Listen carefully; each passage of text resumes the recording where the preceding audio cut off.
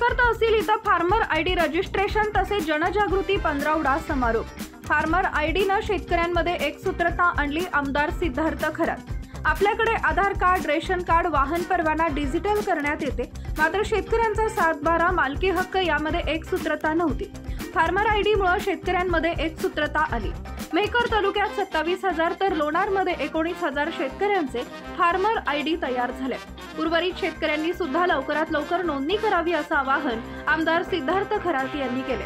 ॲग्रिस्टॅटच्या अंतर्गत farmer ID registration तसेच जनजागृती पंधरवडा या कार्यक्रमाचा समारोप 21 फेब्रुवारी शुक्रवारी रोजी मेहकर तहसील इथं झाला।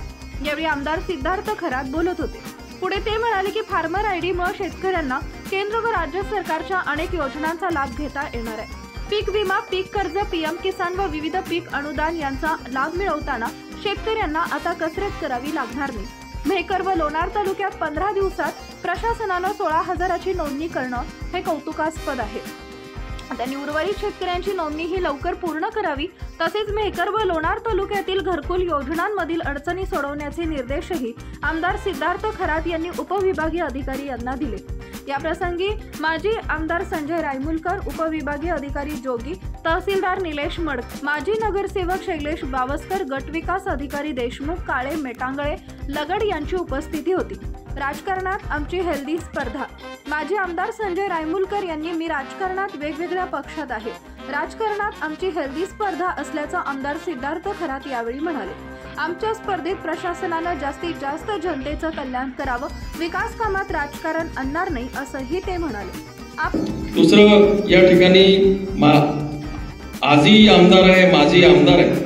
आम्ही राजकारणात जरी वेगवेगळ्या क्षेत्रात असलो तरी शेतकरी कल्याण, सर्वसामान्यांचं कल्याण हे आमचं हित आहे। आणि म्हणून काही मंडळी आम्हाला उचकावण्याचा प्रयत्न करतात, चांगली गोष्ट आहे। हेल्दी राजकारण झालं पाहिजे, हेल्दी स्पर्धा झाल्या पाहिजे।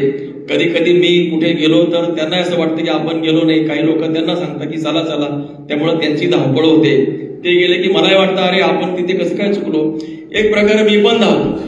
मला वाटतं मेहकर लोणार संघाच्या दृष्टीने खूप चांगली गोष्ट, हेल्दी कॉम्पिटिशन म्हणतो ना, हेल्दी। आणि म्हणून राजकारणात सुद्धा ही हेल्दी स्पर्धा आली पाहिजे। ती हेल्दी स्पर्धा या ठिकाणी होईल। त्यामुळं प्रशासनाला आम्ही विनंती करतो की या हेल्दी स्पर्धेच्या दृष्टीनं लोकांचं कल्याण करून घ्या। याच्यातून काय होणार आहे? जनतेचं कल्याण होणार आहे। आणि मी काय मुळात राजकारणी नाहीये, मला राजकारण समजत नाही। मी आताच कोरी पाटील माझी राजकारणाच्या खुणा माझ्यावरती अजून काही खानाखुणा पडलेल्या नाही। तेवढं जिथं चांगलं असेल, जिथं उभं राहायचंय त्या ठिकाणी मी सगळ्या गोष्टी विसरून उभं राहिलेलो आहे। आमदार साहेबांना माहिती आहे, पेन टाकळी प्रकरण सोडवण्यासाठी मी स्वतः माननीय केंद्रीय मंत्री आणि खासदार त्यांच्या मागे लागून त्यांना सांगितलं की सर आपल्याला तिथं जायचंय, कसंही करून तुम्ही त्या लोकांना सांगा। नाहीतर काय, एक लोक बोलत बसतात, अनावश्यक ताणतणाव वाढतात आणि छोटासा विषय जो असतो गावामध्ये तो वाढवून टाकतात। त्यामुळे ते प्रश्न सुटत नाही आणि वर्षानुवर्ष तो प्रश्न लांबणीवर पडतो। जिथं राजकारण करायचं तिथं जरूर राजकारण करा, पण जिथं समन्वयाने एखादं काम होत असेल आणि त्यामध्ये जर शेतकरी माणसाचं, सामान्य माणसाचं जर भलं होत असेल तर मी राजकारण विसरून मी अशा ठिकाणी राजकारण करणार नाही। राजकारणाच्या पलीकडे जाऊन लोकांच्या कल्याणासाठी मी कायम तत्पर आपल्या सेवेमध्ये राहील, एवढी या ठिकाणी मी ग्वाही देतो। आणि हा जो उपक्रम आपण घेतलेला आहे। Vidarbha live bureau report, Mehkar, Buldhana.